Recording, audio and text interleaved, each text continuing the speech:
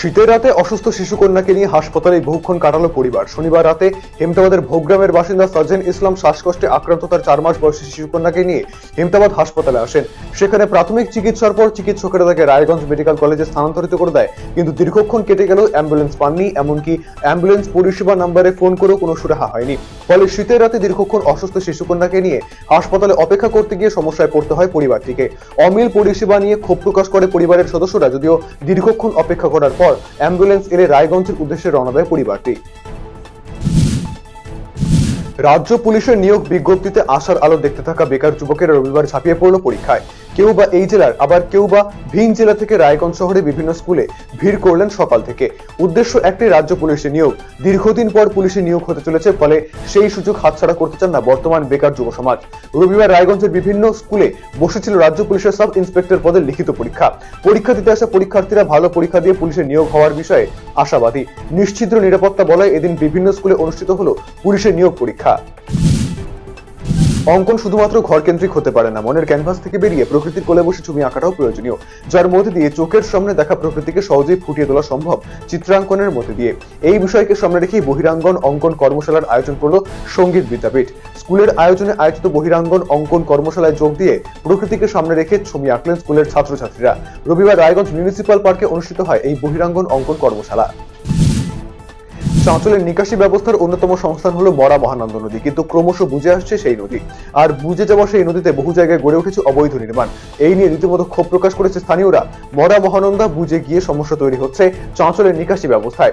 ভোটের আগে চাঁচলের মরা মহানন্দা নদী পরিদর্শনে গেলেন বিধায়ক নিহার রঞ্জন ঘোষ এবং সেচ দপ্তরের আধিকারিকেরা। নিকাশি ব্যবস্থার সংস্কারের বিষয়টি খতিয়ে উপযুক্ত পদক্ষেপ গ্রহণের আশ্বাস দিয়েছে বিধায়ক। রাজ্যের মুখ্যমন্ত্রী তার বিভিন্ন প্রকল্প নিয়ে সমীক্ষা করেন, যে কারণে তিনি রাজ্যের বিভিন্ন জায়গায় যান। পশ্চিমবঙ্গকে 100 দিনের কাজের টাকা কেন্দ্রের বিজেপি না দিয়ে ঠিক কাজ করেনি, তবে কেন্দ্র থেকে বিজেপিকে হটানোই মমতার উদ্দেশ্য। রাহুল গান্ধীর ভারত জোড়ো যাত্রার আগে জলপাইগুড়ির জেলা কংগ্রেস পার্টি অফিসে বসে সাংবাদিক সম্মেলনে এই ভাষাতেই মমতা বন্দ্যোপাধ্যায়ের প্রশংসা করলেন প্রাক্তন কেন্দ্রীয় মন্ত্রী তথা কংগ্রেসের ন্যাশনাল স্পোকপারসন জয়রাম রমেশ। জেলা স্বাস্থ্য ও পরিবার কল্যাণ দপ্তরের উদ্যোগে কালিয়াগঞ্জ শহরের পার্বতী সুন্দরী উচ্চ বিদ্যালয়ের মাঠে আয়ুষ মেলা অনুষ্ঠিত হতে চলেছে। 29 এবং 30 জানুয়ারি এই আয়ুষ মেলা বসবে। সেই মতো অস্থায়ী মণ্ডপ গড়ার কাজ জোর কদমে চলছে। মেলায় আয়ুর্বেদিক, ইউনানি, সিদ্ধাই, হোমিওপ্যাথি স্টল বসানো হবে। ব্লক স্বাস্থ্য আধিকারিক এদিন মেলা তদারকি খতিয়ে দেখেন। লোকসভা ভোটের আগে সাংগঠনিক শক্তি বৃদ্ধিতে ন্যায়যাত্রার সূচনা করেছে কংগ্রেস নেতা রাহুল গান্ধী। সোমবার ন্যায়যাত্রা নিয়ে ইসলামপুরে এসে পৌঁছবে রাহুল গান্ধী। জেলার ইসলামপুরের সোনাপুরে মহাত্মা গান্ধী হাই স্কুল ময়দানে আয়োজিত হবে জনসভা।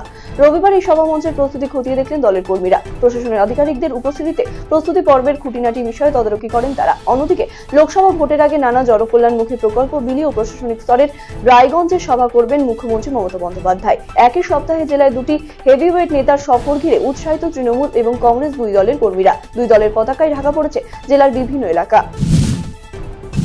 Confederation of state government employees ইউনিয়নের পক্ষ থেকে হেমতাবাদ থানা কমিটির 23তম সম্মেলন অনুষ্ঠিত হল রবিবার। এই সম্মেলন ঘিরে বেশ উদ্দীপনা লক্ষ্য করা যায় কর্মীদের মধ্যে। উপস্থিত ছিলেন জেলা কমিটির সংগঠন সম্পাদক সঞ্জয় ব্যানার্জি, হেমতাবাদ থানা কমিটির সভাপতি মলয় রায়, সম্পাদক মানবানন্দ দাস সহ অন্যান্যরা। এদিন সংগঠনের নতুন কমিটি গঠন করা হয়। মূলত বকেয়া দিয়ে প্রদান, কর্মচারীদের নানা ক্ষেত্রে অবহেলা, প্রমোশন পলিসির সমস্যা সহ বিভিন্ন বিষয় নিয়ে আলোচনা করা হয় এদিন।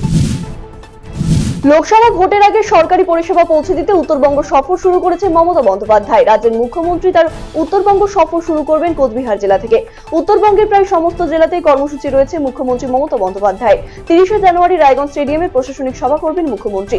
বিভিন্ন সরকারি প্রকল্পের সুবিধা নিজের হাতে তুলে দেবেন উপভোক্তাদের হাতে। মুখ্যমন্ত্রীর এই সভার প্রস্তুতি এখন জোর কদমে চলছে রায়গঞ্জ স্টেডিয়ামে ইতিমধ্যে শুরু হয়ে গিয়েছে শেষ দফার প্রস্তুতি। রবিবার স্টেডিয়ামের সভাস্থল ঘুরে দেখেন জেলা শাসক সুরেন্দ্র কুমার মিনা, অতিরিক্ত জেলা শাসক মানব মন্ডল, রবি আগরওয়াল, রায়গঞ্জের মহকুমা শাসক কিনসুক মাইতি সহ প্রশাসনিক আধিকারিকেরা।